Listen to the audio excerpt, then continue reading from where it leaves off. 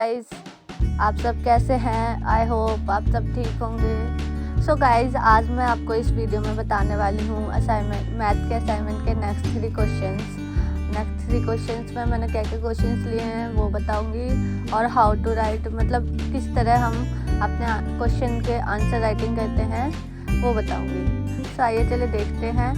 ये फर्स्ट है मेरा, गणित को पढ़ने के 3 तरीके और रणनीतियों के बारे में विस्तार से बताइए। गणित में छात्रों द्वारा की जाने वाली सामान्य त्रुटियां क्या है? त्रुटियां मतलब क्या मिस्टेक करी है, उदाहरण सहित बताइए, साथ ही उनके उपयुक्त उपचार भी बताइए। सो गणित को पढ़ने, आंसर देखते हैं हम। गणित को पढ़ने के तरीके, पहले होती है आगमन और निगमन विधि। आगमन विधि में क्या होता है? इस विधि में प्रत्यक्ष, ये हमारा एक चार्ट है, अनुभवों, उदाहरण तथा प्रयोगों का अध्ययन करके नियम निकालने जाते हैं। और फिर होती है हमारी निगमन विधि। यह विधि आगमन विधि के विपरीत होती है। इस विधि में बालकों को पहले ही पूर्व अनुभव, प्रयोग तथा उदाहरण द्वारा बनाए हुए नियम तथा सूत्र बतलाए दिए जाते हैं। फिर सेकंड पॉइंट है हमारा समस्या निवारण विधि। इसमें क्या होता है? गणित अध्ययन की यह एक प्रक्रिया प्रचलित है। इसमें अध्यापक विद्यार्थियों के समक्ष समस्या को प्रस्तुत करता है और विद्यार्थी सीखे हुए नियमों और सिखाता तथा प्रत्यक्ष प्रयोग की सहायता से कक्षा में समस्याओं का हल करता है। मतलब समस्या निवारण विधि में क्या होता है? अध्यापक खुद एक क्वेश्चन लेगा और उसका आंसर निकालेगा और बच्चों को बताएगा। फिर थर्ड विधि होती है नियोजन विधि। नियोजन विधि में क्या होता है? नियोजन विधि में क्या होता है? ये पुरानी विचारधारा है, जैसे कोई थ्योरी हो गई, उसके आधार पर हम क्वेश्चंस को सॉल्व करते हैं। तो योजना के आवश्यक बिंदु ये सारे हैं, 5 बिंदु हैं। फिर अगली रणनीतियाँ देखते हैं। गणित को पढ़ाने की रणनीतियाँ क्या होती हैं? तो शैक्षिक दृष्टिकोण से क्या होता है? मौखिक बताते हैं, लिखित बताते हैं, अभ्यास करने को देते हैं और गृह कार्य देते हैं। ये सारे कार्य अध्यापक बच्चों को देते हैं। गणित में लिखित कार्य देते हैं, कुछ प्रश्नों के उत्तर लिखने के लिए देते हैं, किस तरह किए जाते हैं, क्या क्या प्रयोग में आता है। फिर गणित में मौखिक कार्य में ऐसे कार्य आ जाते हैं जिसे बच्चे मन ही मन पढ़ते हैं, और जैसे पहाड़े हो गए, ये सारी चीज़ें हो गई, और कुछ फॉर्मूलाज हो गए, ये सारी चीज़ें बच्चे मुंह से सीखते हैं। इसके उद्देश्य क्या होते हैं ये बताएंगे, क्योंकि मौखिक कार्यों से क्या होता है? बच्चों की कल्पना शक्ति बढ़ती है, और वो जो भी सीखते हैं, वो जो भी पढ़ते हैं, जो भी समझते हैं, उसे वो डेली लाइफ में अप्लाई करते हैं। फिर गणित में अभ्यास कार्य, एज वी ऑल नो कि हमें प्रैक्टिस करनी बहुत ज़रूरी होती है, और मैथ्स में तो सबसे ज़्यादा। सो सबसे बड़ा कार्य होता है यहाँ पे मैथ में अभ्यास करना। अभ्यास के महत्व और उद्देश्य क्या होते हैं? क्योंकि गणित में शैक्षणिक उद्देश्य प्राप्त करना होता है, कौशल का विकास करना होता है, तर्क वितर्क शक्ति बढ़ती है, और नियमीकरण बढ़ता है। ये सारी चीज़ें होती हैं। गणित में छात्रों द्वारा की जाने वाली सामान्य त्रुटियां क्या हैं? पूर्णांकों का योग सही से नहीं कर पाते बच्चे। निदान, ये भी सही से नहीं कर पाते।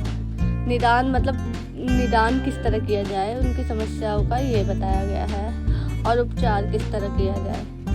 पूर्णांकों को घटाना, सही से घटा नहीं पाते बच्चे पूर्णांकों को। फिर उसका निदान बताया है मैंने, और फिर उपचार। फिर भिन्न की संख्याएं, ऐसे भिन्न की संख्याओं को जोड़ने में बच्चों को बहुत कठिनाइयाँ आती है। काफ़ी बार हमने भी देखा है, क्योंकि उन्हें समझ नहीं आता हाउ टू टेक एलसीएम। सो ये सारी चीज़ें होती है। तो इसके मैंने निदान और उपचार लिखे हैं। इसी तरह भिन्न से गुणा करनी भी उन लोगों के लिए कठिन हो जाती है, उन्हें समझ नहीं आता। सो ये थी तृतीया। और फिर है दशमलव। दशमलव भी बच्चों को बहुत मतलब बच्चे सीखते तो हैं लेकिन वो धीरे धीरे सीख पाते हैं और ज़्यादातर बच्चे इसमें मिस्टेक करते हैं। तो क्या निदान है और क्या उपचार है इसके। छात्रों द्वारा की गई त्रुटियां जैसे 1 रुपये और 50 पैसे की, ये सारी चीज़ें भी बच्चों को समझ नहीं आती। तो आइए अब देखते हैं हमारा नेक्स्ट क्वेश्चन। गणित के शिक्षण को गणित के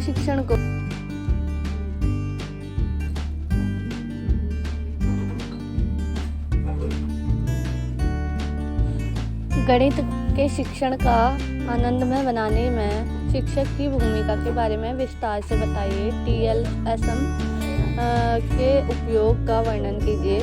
मानसिक गणित का महत्व को लिखिए। तो गणित में एक शिक्षक किस तरह अपने बच्चों को आनंदमय तरीके से मैथ सिखा सकता है, इसके बारे में बताना है। तो पहले हम लिखेंगे किस तरह मतलब गणित के शिक्षण को आनंदमय बनाने में शिक्षक की भूमिका। फिर कक्ष शिक्षण में शिक्षकों की भूमिका, कक्षा में किस तरह सिखा सकते हैं। फिर शिक्षण अधिगम सामग्री के बारे में, मतलब क्या सामग्री हम प्रयोग करते हैं। गणित प्रयोगशाला में शिक्षक की भूमिका, प्रयोगशाला में किस तरह सिखाता है, क्या चीज़ें मतलब हम बच्चों को क्या चीज़ें दिखा सकते हैं। और गणितीय खेल, पहेलियाँ आदि बनाने तथा प्रयोग करने में शिक्षक की भूमिका। गणित की पहेलियाँ जो होती है और खेल किस तरह खेले जाते हैं, ये सब बताना। बच्चों को आनंदमय तरीके से हम गणित सिखा सकते हैं।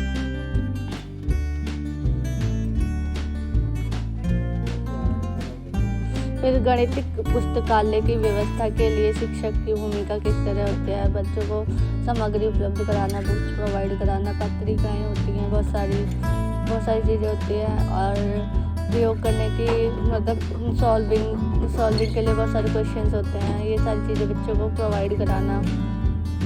चलिए अब देखते हैं TLM के उपयोग। विषय वस्तु की स्पष्टता, उन्होंने बताया था हम किस तरह बच्चों को मैथ सिखा सकते हैं, तो वो सारे पॉइंट्स हैं यहाँ पर। विषय वस्तु की स्पष्टता, विषय की रुचिकर बनाने हेतु। शिक्षण सिद्धांतों पर आधारित। और क्या हमारा मनोवैज्ञानिक मूल्य, समय एवं शक्ति की बचत, ज्ञान की स्थिरता, मानसिक गणित के महत्व।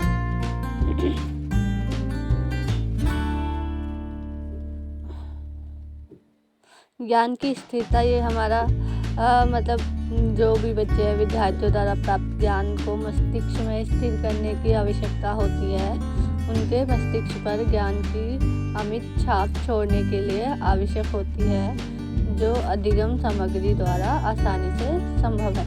मतलब जो भी हम सामग्री लेके आते हैं उससे ये इजी हो जाता है। बच्चे वो चीज़ें याद रखते हैं, इमेजेस याद रखते हैं, और कोई भी वस्तु यूज की गई हो उन्हें हम याद रखते हैं।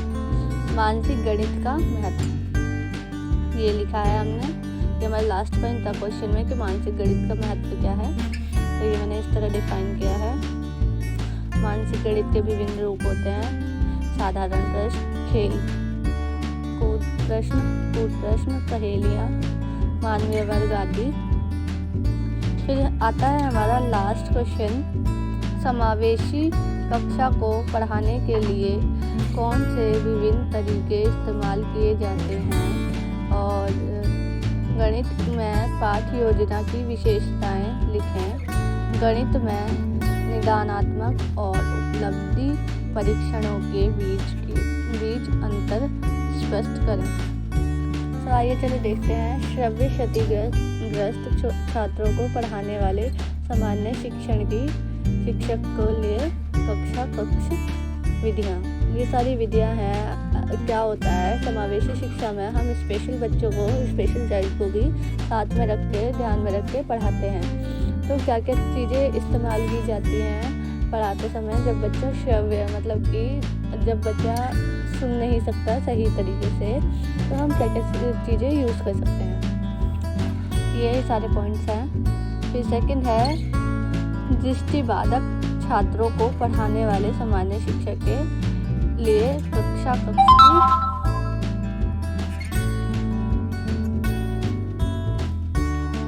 कक्ष की दृष्टिबाधक छात्रों को पढ़ाने वाले सामान्य शिक्षक के शिक्षकों के लिए कक्षा कक्ष विधियाँ। तो इसमें क्या होता है, बच्चों को, जो बच्चे सही प्रकार से देख नहीं सकते, उसके लिए किस तरह एक शिक्षक अपनी कक्षा में उसे पढ़ाती है, उन्हें पढ़ाती है। हम किस तरह पढ़ा सकते हैं? अगर बच्चा देख नहीं सकता, हम कुछ चीज़ें यूज़ कर सकते हैं, क्योंकि बच्चा सुन तो सकता है। सो हम देख सकते हैं कि बच्चों को पढ़ाने के लिए हमें कुछ ऐसी चीज़ें उपयोग करनी चाहिए जो अन्य स्पेशल चाइल्ड को भी इफ़ेक्ट करे। ये सारे हमने लिखे हैं। बैल सामग्री तैयार करना और सभी छात्रों को नाम से संबोधित करना, जिससे बच्चे को, जो बच्चा देख नहीं सकता, उसे पता चले। फिर है बौद्धिक रूप से बाधित छात्रों को पढ़ाने वाले सामान्य शिक्षक नियम। मतलब कक्षा में हम बौद्धिक, जो मतलब सही से समझ नहीं पाते, उन बच्चों को हम किस तरह पढ़ा सकते हैं। ये सारे नियम वो हैं।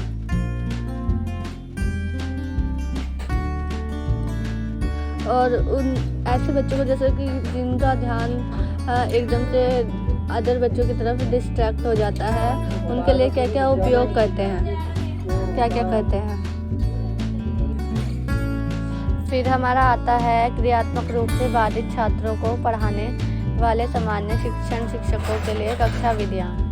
क्या विधियाँ होती हैं हम देख सकते हैं। इसमें पॉइंट्स में मैंने लिखा है, डिफाइन किया है अच्छे तरीके से। फिर मैंने लिखा है पाठ गणित में पाठ योजना की विशेषताएं। क्या क्या विशेषताएं होती हैं? पहले क्या पढ़ाया जाए, सामान्य प्राप्य उद्देश्य प्राप्त हों, विशिष्ट प्राप्य उद्देश्य प्राप्त हों। फिर क्या पढ़ाया जाए, प्राप्य। फिर कैसे पढ़ाया जाए, इसमें क्या क्या यूज़ किया जाए। विद्यार्थियों द्वारा उपार्जित ज्ञान की जांच कैसे की जाए, पीके टेस्टिंग कैसे की जाए। पीके टेस्टिंग हम लेसन प्लान में करते हैं। एक लेसन प्लान अच्छा होना चाहिए, उसके विशिष्ट उद्देश्य और सामान्य उद्देश्य ध्यान में रखे जाने चाहिए। ये सारी चीज़ें देखते हैं। फिर हम देखते हैं लास्ट में हमारा पॉइंट है गणित में निदानात्मक और उपलब्धियों के परीक्षण के बीच में अंतर क्या होता है। तो ये मैंने अंतर को डिफाइन किया है, इस तरह टेबल बना रखी है। इस तरह इजी होता है डिफाइन करना, तो मैंने इस तरह बताया है, उपलब्धि परीक्षण और निदानात्मक परीक्षण। तो आप देख सकते हैं। आई होप आपको मेरी ये वीडियो अच्छी लगी हो और आपके लिए हेल्पफुल रही हो, आपको यहाँ से आइडिया मिल सके हाउ टू राइट, मतलब किस तरह हम अपने क्वेश्चन के आंसर्स लिख सकते हैं। और अगर आपको ये वीडियो अच्छी लगी हो तो प्लीज़ मेरे चैनल को लाइक, शेयर एंड सब्सक्राइब कीजिएगा। और अगर कोई डाउट हो तो प्लीज़ मुझे बताइएगा और कमेंट सेक्शन में।